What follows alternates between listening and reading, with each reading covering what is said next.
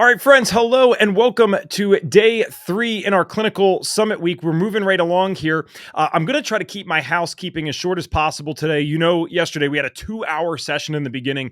Today, what we're doing is one session and one session. I want to give this guest as much time as possible.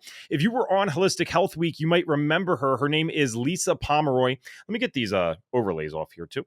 Her name's Lisa Pomeroy. She is absolutely amazing. We had her on the podcast recently as well, and every time she speaks, I learn something new.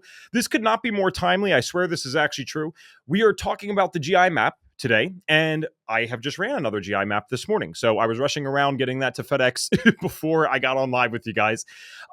Also, the giveaways. If you are on for the first day somehow, hopefully you've been on the other 2 days, no worries if not. But if you're on for the first day, we've been giving away one of our advanced courses at FDN every single day. They're valued between $300 and $500. And on day 5, we are actually giving away one of our $1,000 advanced courses. So here is how to enter. You guys did really good yesterday. We're trying to keep it that way today for our social media manager. There's one way to enter. It's super simple.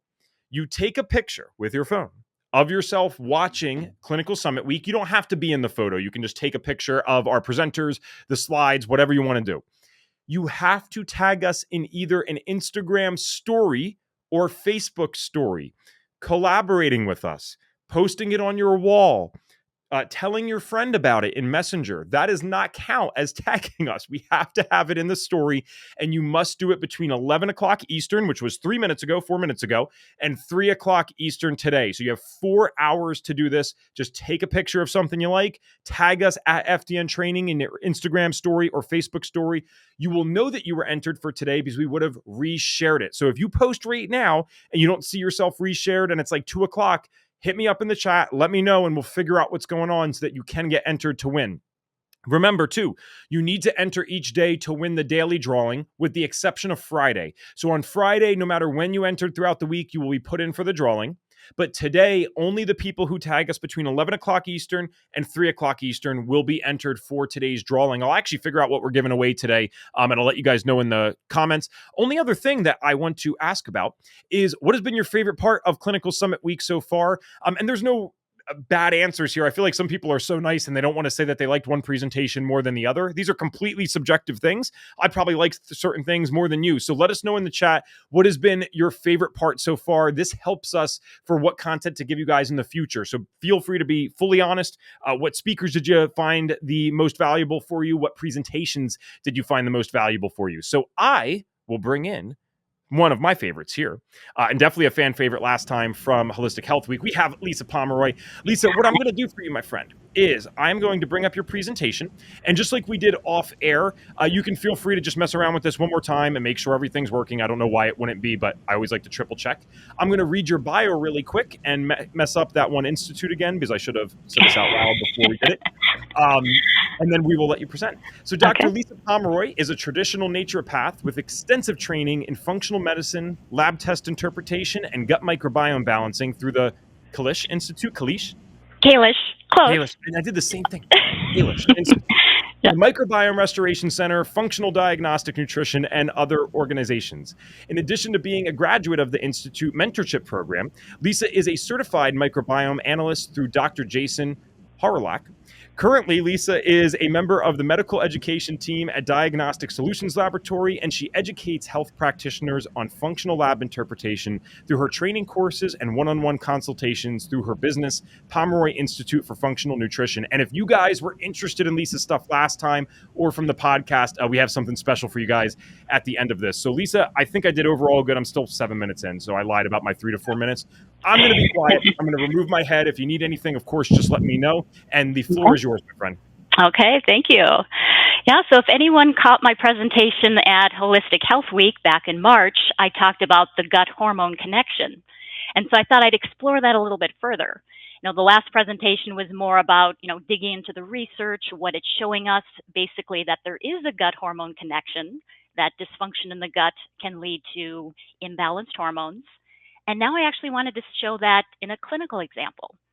So PCOS is a hormone-related condition. So I wanted to show you what the research says about PCOS and also show you a clinical example of what we see in the research playing out in real life with a client. So let me go to my next slide here. So before we get into the research, before we get into that case report, I want to give you a little bit of background about this particular client's history and symptoms. So this is a 38-year-old female, and she has been diagnosed with PCOS. And if you're not familiar with PCOS, it stands for polycystic ovary syndrome. She is insulin resistant, which is a common feature of many PCOS cases. She's suffering from an inability to lose weight, again, very common with PCOS. But she also has some fatigue and some bloating. So these are all things we want to keep in the back of our mind as we're reviewing her report. But before we look at her report, I did want to briefly spend some time talking about PCOS, what it is, and what the research is telling us about that gut microbiome link to PCOS. So first, what is PCOS? Well, it affects an estimated 8 to 13% of reproductive age women. So that's a significant proportion. It's characterized by persistent anovulation, so no ovulation, insulin resistance, and hyperandrogenism, so high androgens like testosterone and DHEA.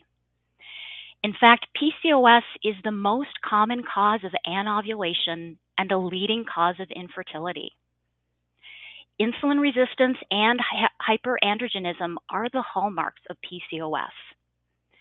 50 to 70% of PCOS patients have insulin resistance of different degrees, especially in obese patients. Excessive androgen synthesis by the ovaries as well as the adrenals contributes to the hyperandrogenism, which manifests clinically as hirsutism, which would be hair where you don't want it as a female, like hair on your face, acne, and alopecia. So you may lose scalp hair, but you're gaining facial hair. But the exact cause of PCOS is still considered unknown. So here's something that's affecting, around 10% or so of reproductive age women, a leading cause of infertility, and we don't know exactly why it occurs. But the gut has been linked with PCOS. Issues in the gut have been linked as a potential root cause for PCOS. And I love this 2023 study because it has a great diagram. You can see at the top, some of the thoughts about some of the key root causes that may be leading to PCOS. And I circled gut dysbiosis. So it is a leading theory of what could be driving that PCOS situation. So just a few highlights from this study. It says dysbiosis of gut microbiota may play a pathogenic role in the development of PCOS. Different pathogenic aspects of PCOS are caused by different microbiota. So then we want to dig a little bit deeper. So here's one that says that, when we're talking about androgens, because we know this is a hallmark, those high androgens with PCOS, a large body of studies demonstrated that gut microbiota could regulate the synthesis and secretion of insulin and affect androgen metabolism and follicle development. Is another one talking about the gut microbiota and different patterns we're starting to see in the research. So we're talking about alpha diversity and beta diversity, so kind of big picture view of the gut here. And this study from, 2022 showed that as compared to the normal group, the dysbiosis of gut microbiota in the PCOS women showed lower alpha and beta diversities, decreased relative abundance of bifidobacterium, and increased relative abundance of Bacteroides, Parabacteroides, and Clostridium. So now we're starting to get some names, some key players of things we're looking for. So in a PCOS patient, we might look for decreased levels of bifidobacterium, maybe some increased Bacteroides and some of these other things. And they found that an increase in the relative abundance of Bacteroides in patients with PCOS was related to the disturbance in gut metabolites, which might have a potential pathological role in PCOS. Now, when we're talking about gut metabolites, it's things that can be, produced by these gut microbiota. So that includes bile acids, amino acids, and short chain fatty acids. Well, researchers have found that a disturbance in those gut metabolites might increase the gut permeability, leading to the leakage of lipopolysaccharides, which is LPS, and endotoxemia, which might disturb the endocrine system, immune system, insulin signaling, glucose metabolism, lipid metabolism, and gut microbiota. So the short chain fatty acids, the bile acids, the branch chain amino acids can directly regulate the secretion and sensitivity of pancreatic insulin. So again, now we're starting to see why exactly gut dysfunction can lead to issues with hyperandrogenism and insulin resistance, which again are those key features of PCOS. Now here's another study, again, looking at some names and some big players, things we would look for on a GI map report. So again, they've showed that an altered gut microbiota significantly correlates with PCOS phenotype. So they found that the groups that are increased in PCOS include bacteria belonging to Bacteroides, so we heard that again in another study, Escherichia or Shigella, and Streptococcus. And these were negatively correlated with ghrelin and positively correlated with testosterone and BMI. Now, the groups that were decreased in PCOS, including the bacteria from Akkermansia and Ruminococcaceae, showed opposite relationship with body weight, sex hormone, and brain gut peptides. So again, here's some names of things we're looking for. So we found, we might have low bifidobacterium, we might have low Akkermansia, and we might have high levels of things like Bacteroides. Again, that LPS is a key feature. And LPS is produced by all gram-negative bacteria. It's actually part of their outer cell membrane. And they found that bacterial LPS produced by these gram-negative bacteria can induce chronic inflammation, obesity, and insulin resistance. So the dysbiosis of gut microbiota as increasing LPS-producing bacteria and decreasing protective bacteria may correlate with the development of metabolic disorder in PCOS. So there's a lot of research about the gut connection with PCOS. So keeping that in mind, what we learned from the research, now let's look at her GI map report. Now, when we look at page one of the GI map is a list of different pathogens. Now, we don't want to see any of these pathogens at any measurable level. They don't belong in the gut. So what we're hoping to see is less than DL, which is below the detectable limit for everything on this page. And the good news for her is everything was below the detectable limit. So nothing of note here. We can move on to page 2. Page 2 at the top, again, we're hoping to see less than DL for H. pylori, which we do. So she's negative for H. pylori. Again, good news. But then we come to those commensal and keystone bacteria. So here's where we're going to find some of those organisms we saw mentioned in studies. Now, she has Akkermansia that's so low, we couldn't even measure it. It's less than DL, which is a really bad thing in this section, even though it's a good thing on page 1 for the pathogens. So really low Akkermansia. Again, we read that in the studies. PCOS women often have reduced Akkermansia. We also see really low Faecalibacterium prausnitzii, our main butyrate producer in the gut. Again, so low we couldn't measure it. It's less than DL. Now, beyond that, I also look for what's maybe suboptimal. And we do see that bifidobacterium, that group, is on the lower side. Again, as you'll recall back to that study, they found PCOS women tended to have lower bifido. Now, her level you can see is an E8. We're looking at that exponent there. I'd rather see an E10. So, E8 to an E10 is 2 powers of 10 or 100 times. So she might have like 100 times, 10 to 100 times less bifidobacterium than what I consider optimal. So again, given the strong correlation with the studies, this is definitely something that I feel that there's need for improvement, something I'm going to support. Now, we also see, looking for other things in the studies. Again, we're kind of teasing out things that maybe are trending one way or the other. So remember, a lot of the studies mentioned higher Bacteroides. Well, we single out one species of Bacteroides here. That's the Bacteroides fragilis. And it is in the green, so it's still within the normal limits, but it is maybe starting to tiptoe towards the yellow, the upper part of the range. So we might say perhaps it is starting to trend a little high. And then you'll notice that the fourth one down, Escherichia. Now, Escherichia is a genus.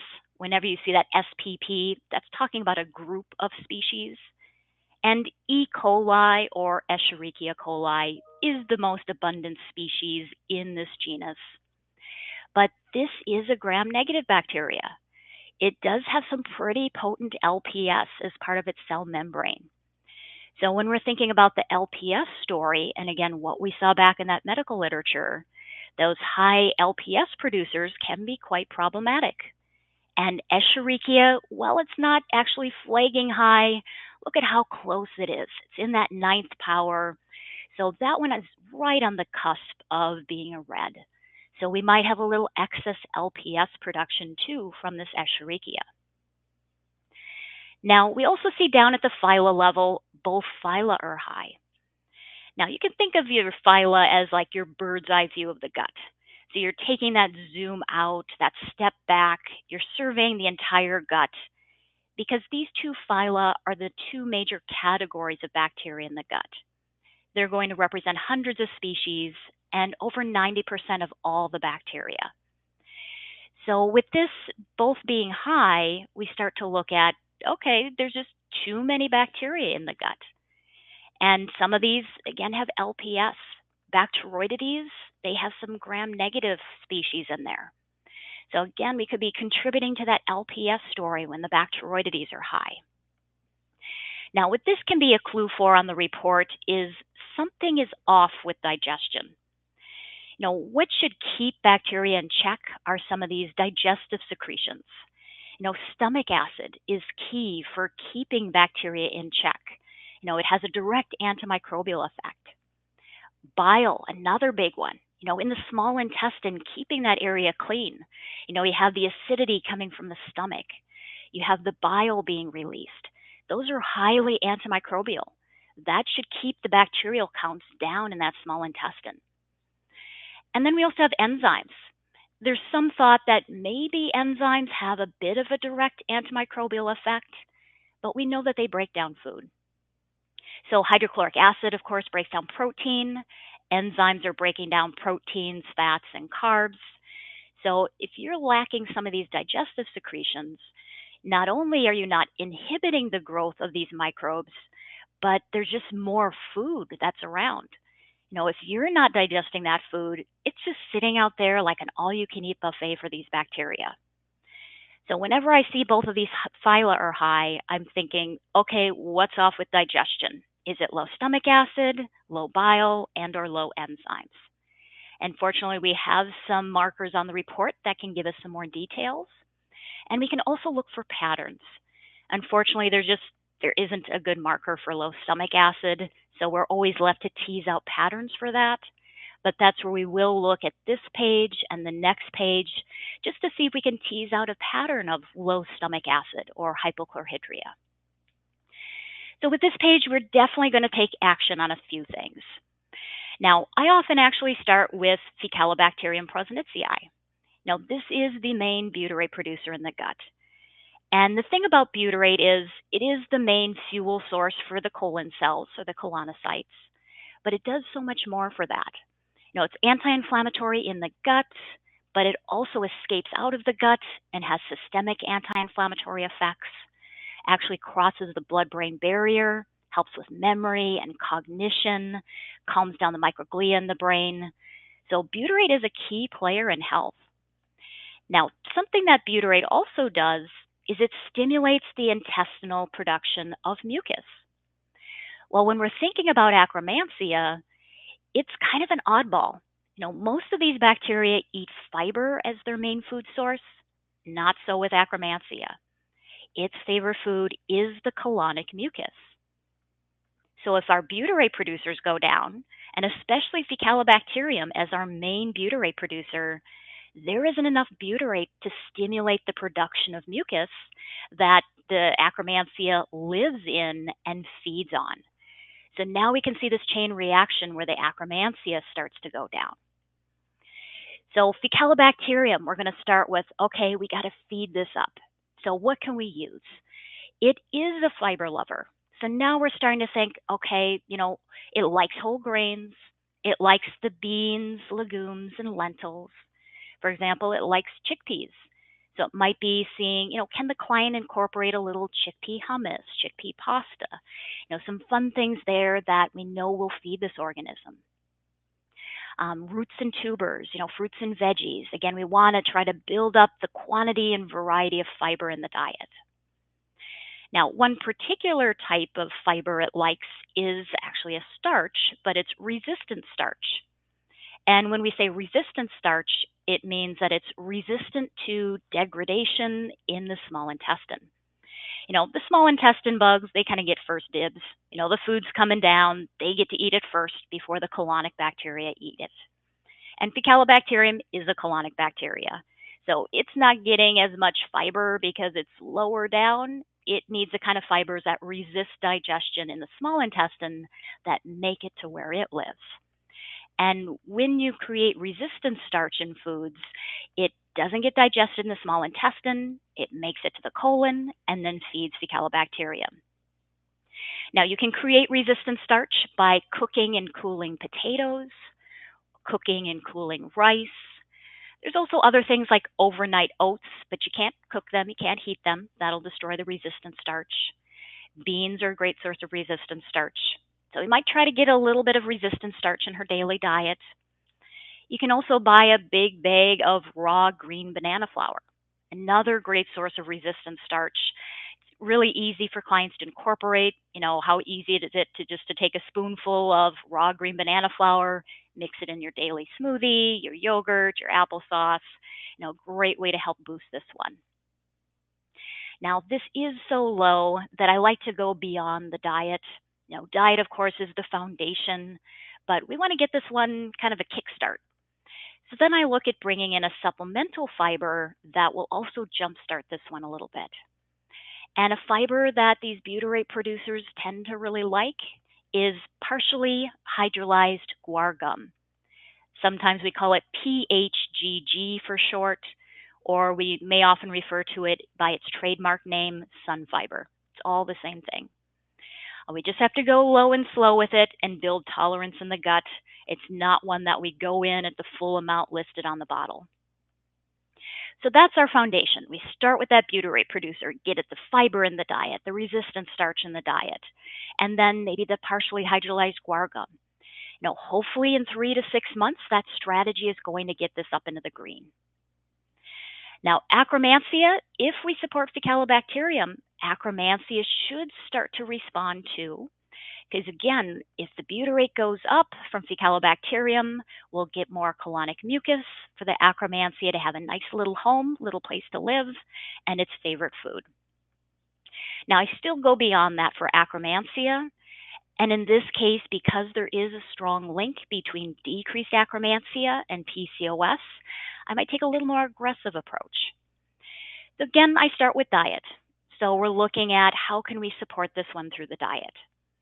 Now, again, as I mentioned, it's an oddball. It doesn't eat fiber, but it likes the colonic mucus. And another thing it tends to like in studies are polyphenols. But it is a little fussy. It likes the polyphenols specifically from red and purple fruits. So now we're going to try to get the client to have maybe some cranberries, some pomegranates, red dragon fruit, wild blueberries. Again, if it's a deep red or purple and it's a fruit, chances are Akkermansia is going to like it. Again, that's kind of level one, the foundation, the dietary red and purple fruits. Now, this one's a very slow mover, so I want to get it moving much faster, so that's where I'm going to stack some things on top of that.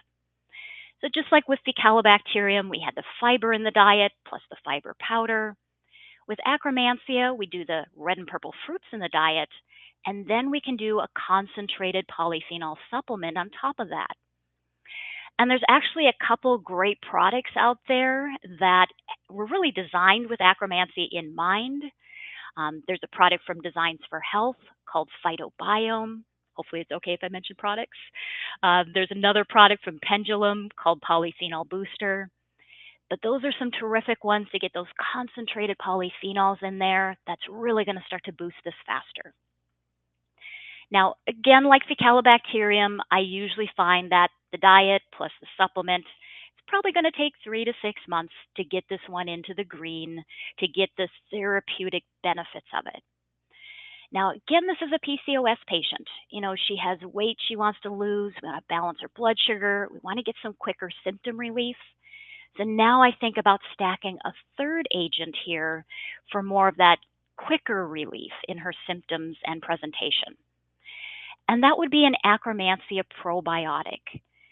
So the probiotic, it is a live organism. And so basically, when you take a probiotic, it's going to immediately get to work. You send it down there. It's like, okay, well, what can I do? What's going on? How can I fix it? It's going to go down there and start changing things immediately. So I've seen blood sugar start to drop, weight start to go down, really quickly with these probiotics.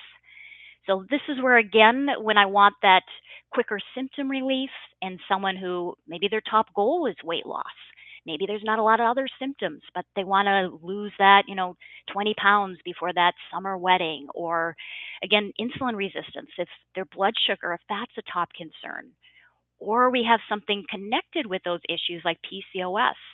That's where we can add that extra step and start to get some quicker symptom improvement and the quick win for the client.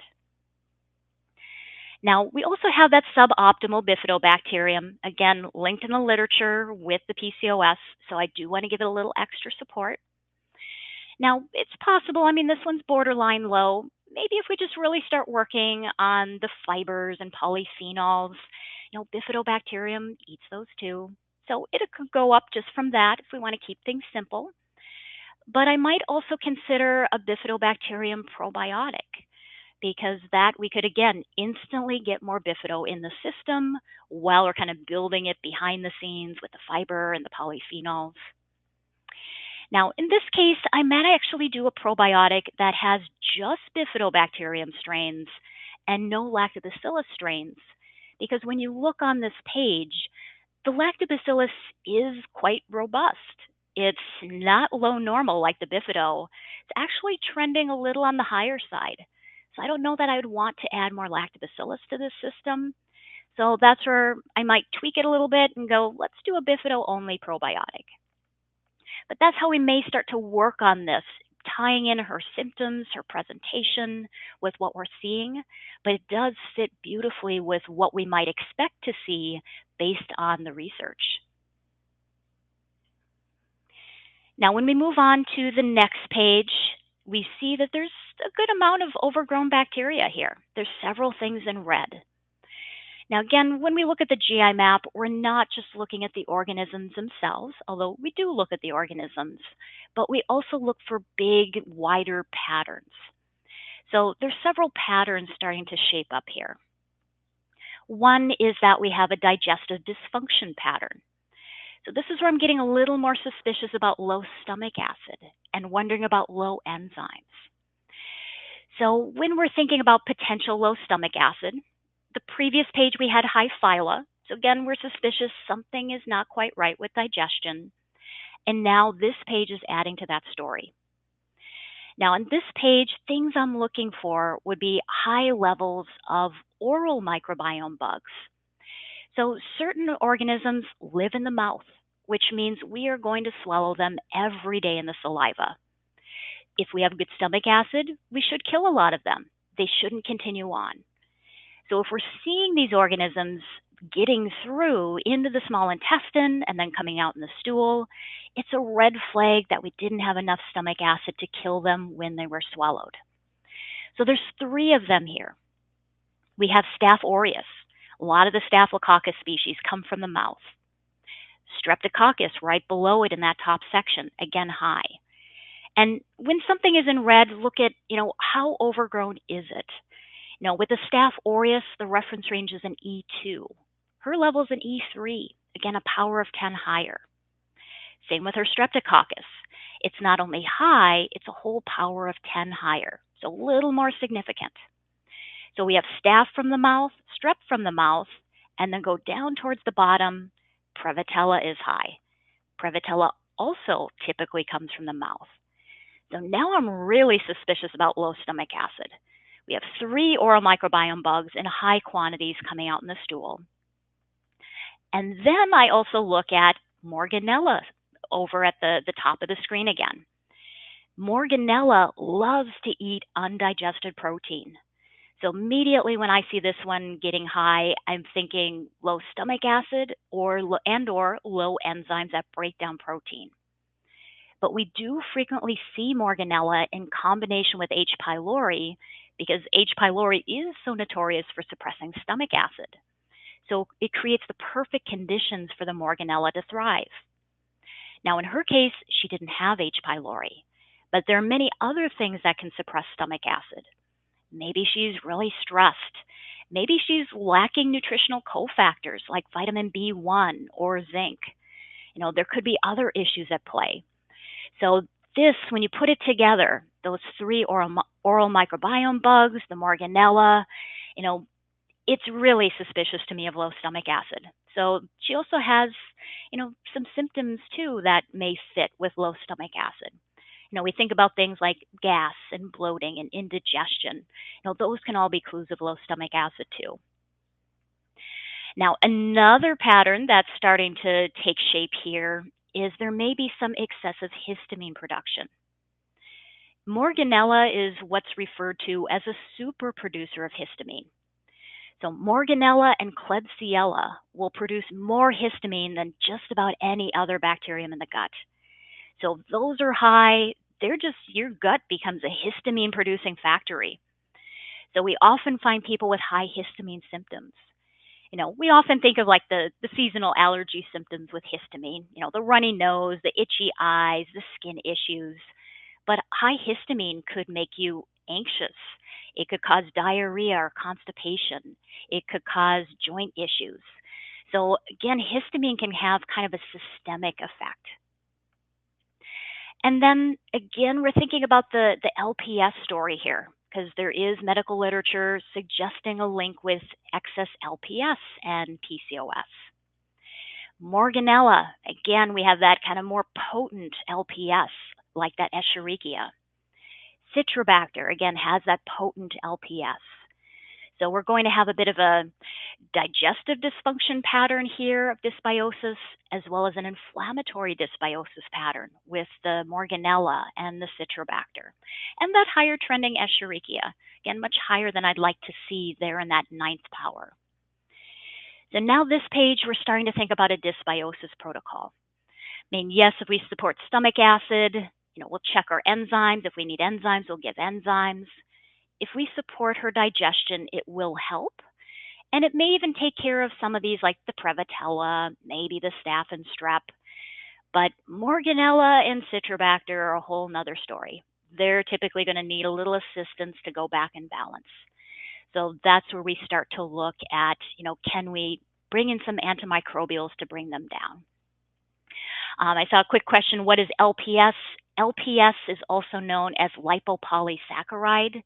Basically, it's part of the outer cell membrane of gram-negative bacteria, and it triggers off an inflammatory cascade.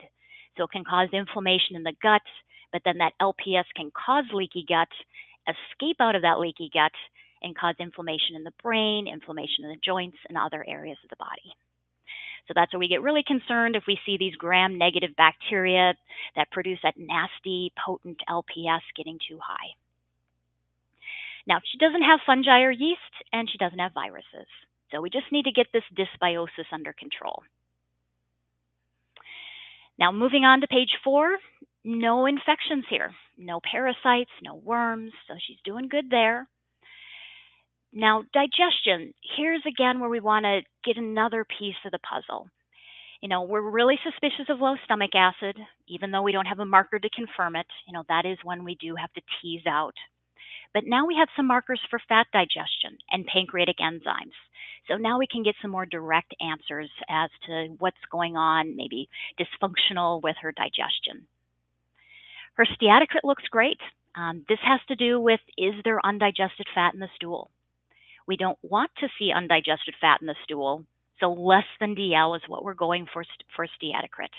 So that looks fine. However, her elastase 1 is suboptimal. Elastase 1 represents all of the pancreatic enzymes.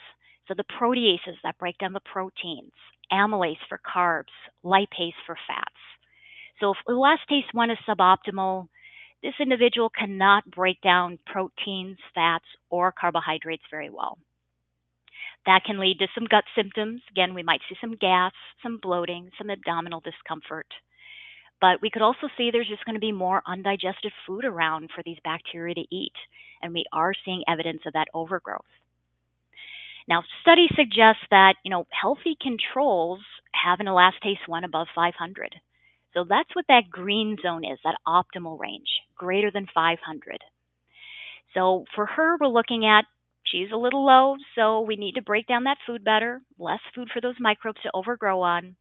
So we're going to bring in a pancreatic enzyme with all meals to ensure she breaks down her proteins, fats, and carbs.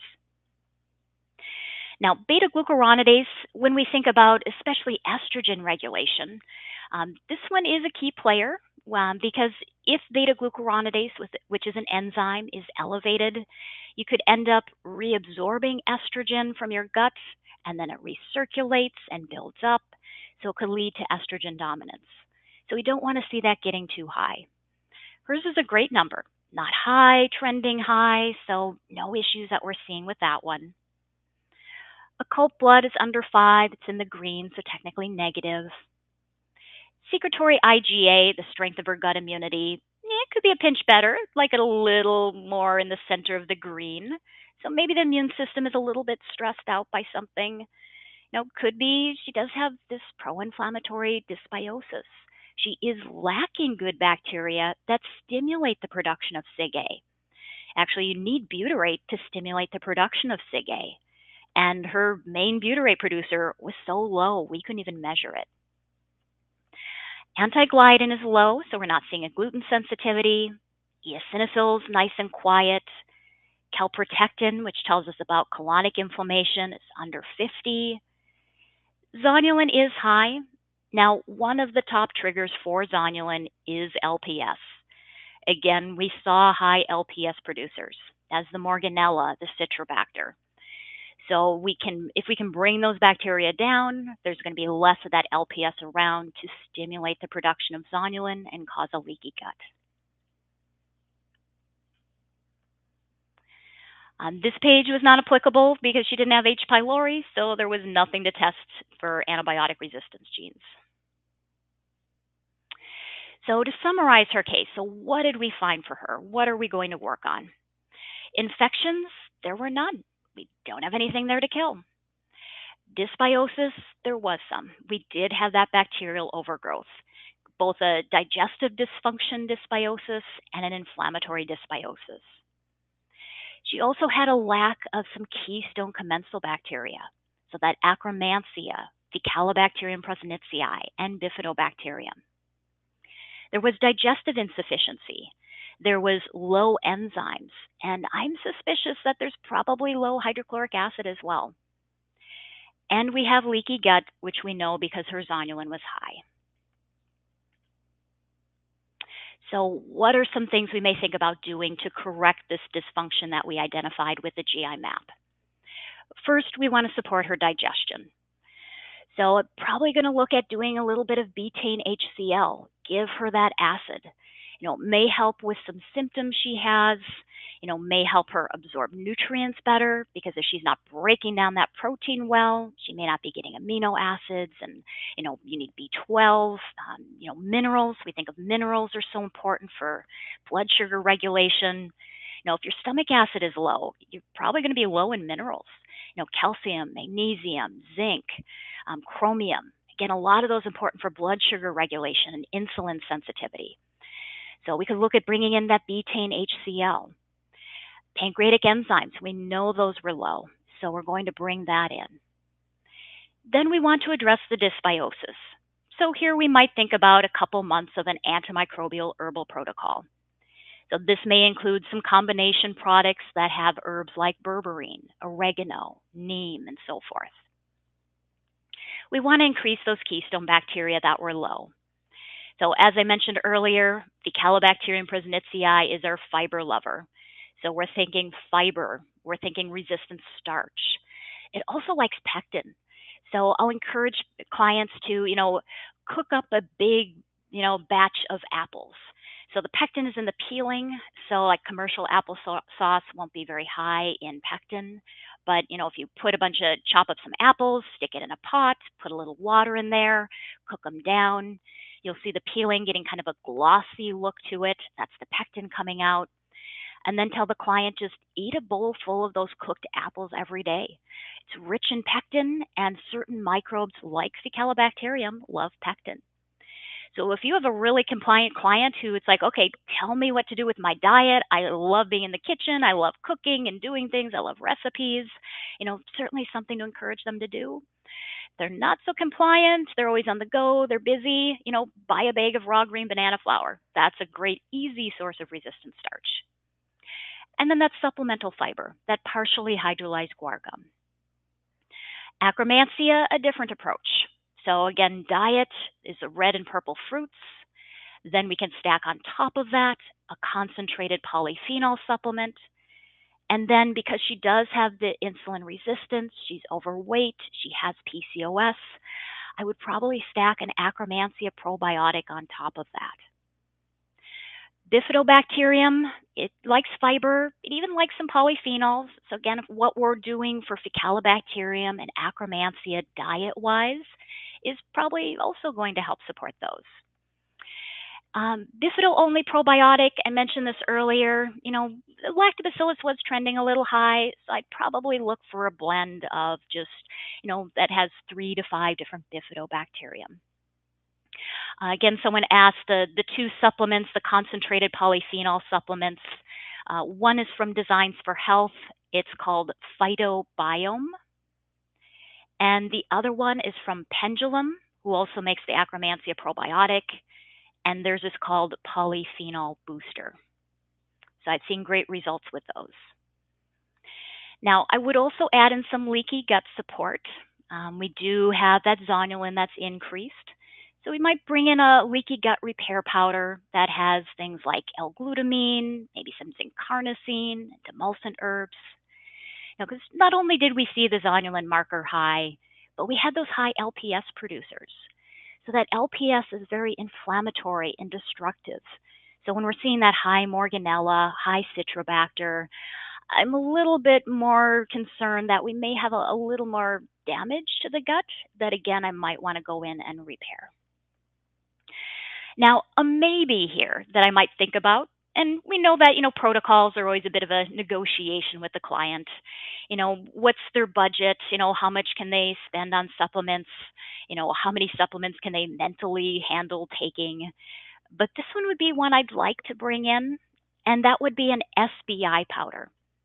Now, SBI stands for Serum-Derived Bovine Immunoglobulin. Now, this is a couple things. You actually kind of get a 2-for-1 effect with this. It increases secretory IgA, so it's going to boost her immune system army, get that stronger. So it can actually go out and help kill the Citrobacter and kill that Morganella and assist those herbs. So we want to get her immune system built up a little bit. But then as a bonus, SPI binds to that lipopolysaccharide, that LPS. So think of it, you take the powder, it's sitting down in your gut like a catcher's mitt. So it's waiting for, these gram-negative bacteria. When they die, they release their LPS into the gut. And just day to day, think of it as like the exhaust left behind after cars move through an area. So there's always the LPS from bacteria that are replicating, bacteria that are dying. So if we have that SBI powder in there like a catcher's mitt, when that LPS gets released by these gram-negative bacteria, it's going to grab onto it. So it's not going to be able to trigger the inflammatory cascade. It's not going to stimulate those toll-like receptors in the gut to trigger inflammation. It's not going to be able to trigger off zonulin either, so it's going to help our leaky gut. It's going to help our inflammation. It's going to grab onto it and just escort it out of the gut in the stool. So that would be one I'd really like to include if she'd be up for it. And then I would look at retesting. Given that there were no pathogens to keep track of, I might look at retesting in 6 months. I want to make sure that Faecalibacterium's responding, Akkermansia, Bifidobacterium. If she's been doing all of these things, our retest should show good levels of those keystone bacteria we've been boosting. It should show lower levels of those bacteria that we did that dysbiosis protocol against, so that Morganella and Citrobacter. Hoping those are going to be down to less than DL. So I'd like to retest to confirm that things are responding how we hope that they would respond.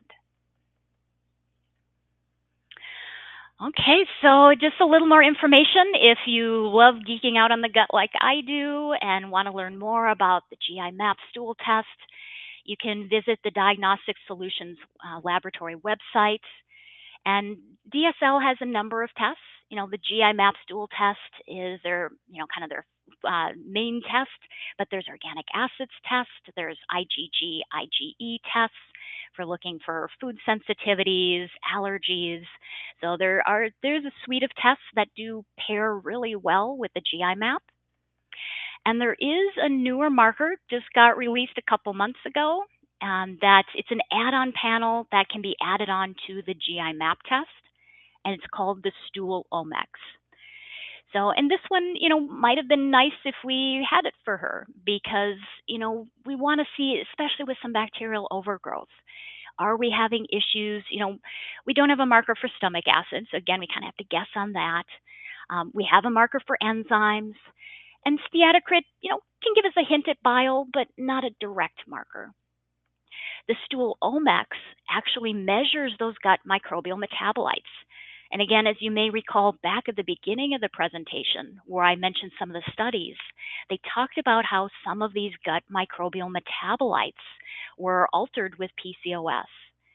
So the Stool Omex is going to measure a number of bile acids, primary bile acids, secondary bile acids, total bile acids. So now we can see a more complete picture. Especially great for clients where they're having motility issues. If someone is having diarrhea and loose stool or constipation, this can really help clue us into whether bile acid dysfunction is a piece of that puzzle. Because they have found that, like with IBS-D, up to 30% of IBS-D cases are actually bile acid malabsorption. And so this can give you some additional clues into if someone is having some motility issues. And we look at those short-chain fatty acids. So again, with the GI Map, I'm kind of guessing that, okay, well, Faecalibacterium's really low. It's our main butyrate producer. I'm guessing that butyrate levels are probably going to be low. But the Stool Omex is actually going to tell you. It's going to tell you your total short-chain fatty acids and break it down into percentages. So the percentage of butyrate and acetate and propionate. So it gives you a lot more details. So a terrific add-on to the GI Map. Now, if you wanted to learn more about what I do, my website is pomeroyinstitute.com. I do one-on-one practitioner mentoring sessions. I have some comprehensive practitioner training courses, including a really deep dive into the GI Map. If you could talk about the GI Map all day, every day, like I like to do, this is a really comprehensive course. And I do have a coupon code that's good through the end of the month. You can save $250 off the GI Map interpretation course called GI Pathogens and Dysbiosis with the code CSW2025. Yeah. Awesome. I will bring myself back in here. And you know what? I'm actually going to remove the slides just for this reason, because I have the QR code for your discount. And then I also have a QR code for the GI Map guide. Sorry that QR code is a little smaller, but they're both important, right? Thank you on behalf of FDN for doing this with us. Could we just get a thank you for Lisa in the chat, please, if you guys liked this? By the way, Lisa, I don't think you got to say this, and I'm sorry because I'm constantly reading the chat and reading Slack and trying to do all this at the same time. I don't think you mentioned how long your GI Map course is, because you mentioned it on the podcast, and I was stunned. So roughly how long is this just on the GI Map? It is 100 hours of video content. Yeah, you get like a basically like the PDR. You know, you think of the old, back when things were more, you got the book instead of everything being digital online. You know, your PDR was this thick of, that doctors would use. This comes with a 1,500 page, basically in depth, reference guide for, and the course is long. So, I mean, people can certainly jump around. You get a case and you get something like the other day, like geotrichum. It's a weird fungi that shows up on the GI map occasionally. Say that comes up and you go, I don't know what this is. I don't know what to do with about this. You can skip to just that video, skip to just that part of the reference guide and learn about, okay, this is what it is. This is what I need to look for. This is what I do. Holy cow, I see 18 people have scanned the QR codes. That's awesome. Glad that you guys have so much interest in this stuff. I guess it's hard not to when you listen to Lisa.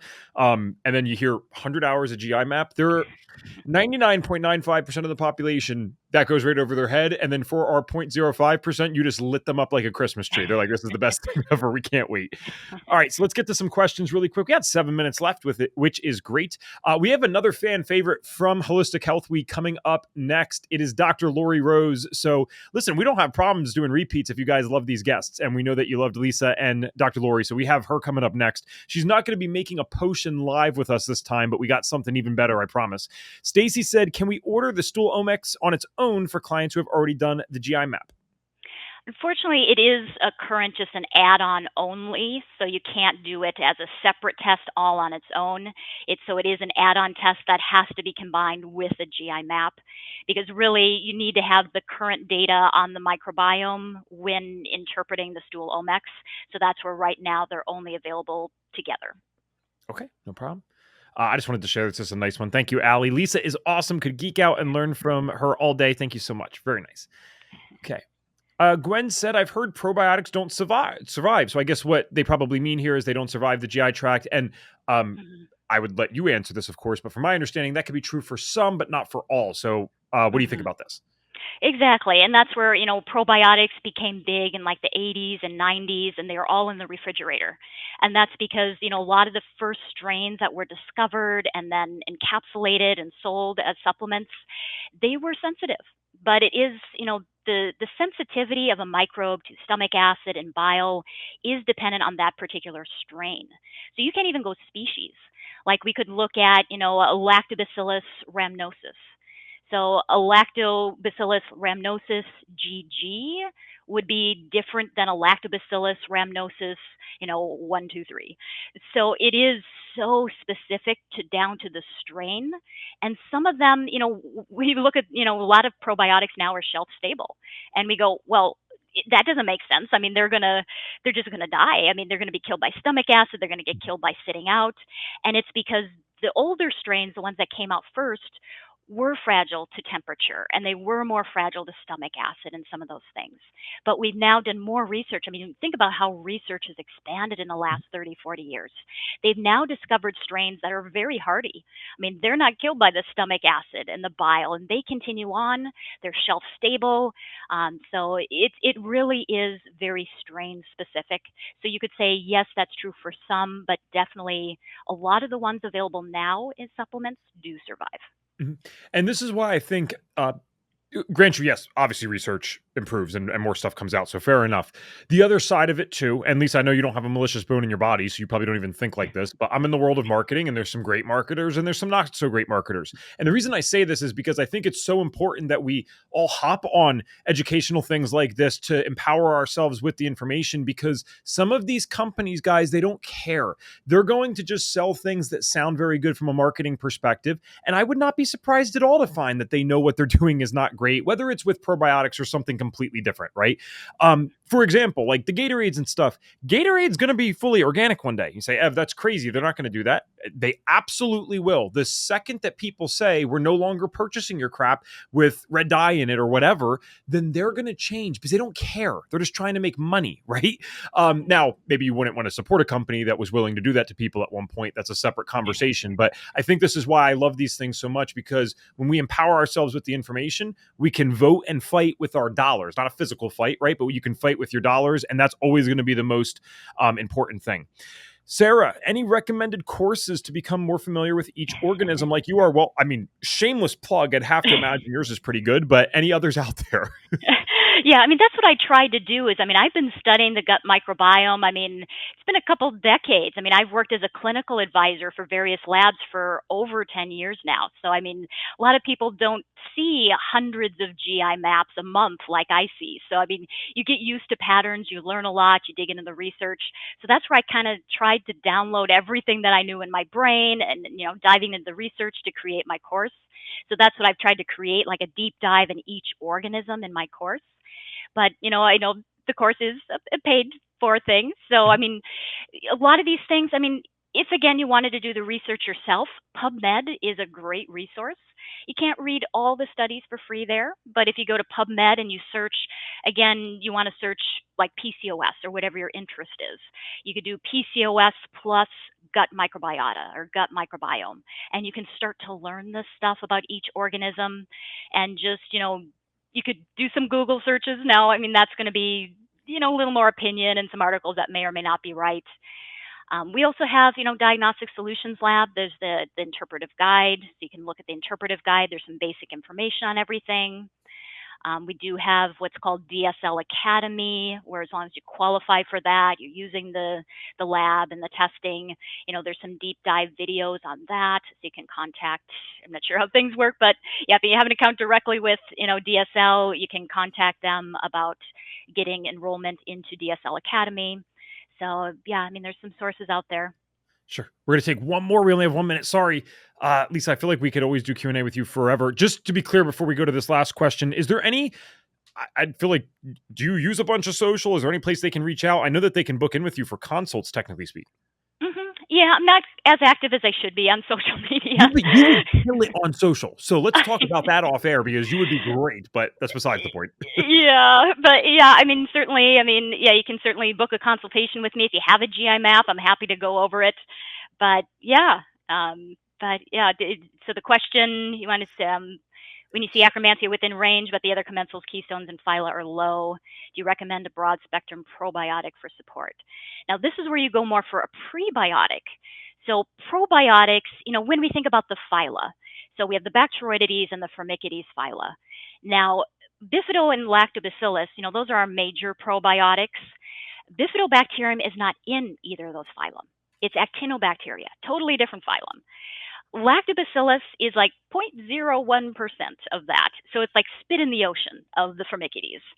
So really a probiotic is not going to help your big picture view of the gut. So that's where we look at the prebiotics. So what I would do in this case where everything's low, phyla are low, we need a broad spectrum prebiotic powder that has a mix of different fibers. So maybe it has some GOS and some XOS and some inulin phos or different things like that, acacia. I mean, there's different blends to feed different microbes. So that would be my approach for that. Awesome. All right. A final thank you for Lisa. Over 36 people scan the QR code. So we're going to have hopefully some new people learning all this amazing information that she has in her 100-hour course. That would probably take me a year at least to get through. So we appreciate you being a part of Clinical Summit Week and Holistic Health Week and the podcast. I think we're going to have to get something on the books 2-3 months from now to get you back on the podcast. And guys, that's a place where we might just do an hour Q&A with Lisa, if that's appropriate, and that's okay, because there's just so many questions still coming through. So if you're wondering, how do I get to your YouTube? Guys, where you're watching this, subscribe. I forgot to mention this today. Remember, if we get to 6,000 subscribers by the end of the week, we're giving away another advanced course live with you guys in the chat. We've already added 350 so far. I think we're at 5,600 right now. So we got 3 more days to add 400. You get us there, and we will absolutely do another advanced course giveaway. So Lisa, thank you again.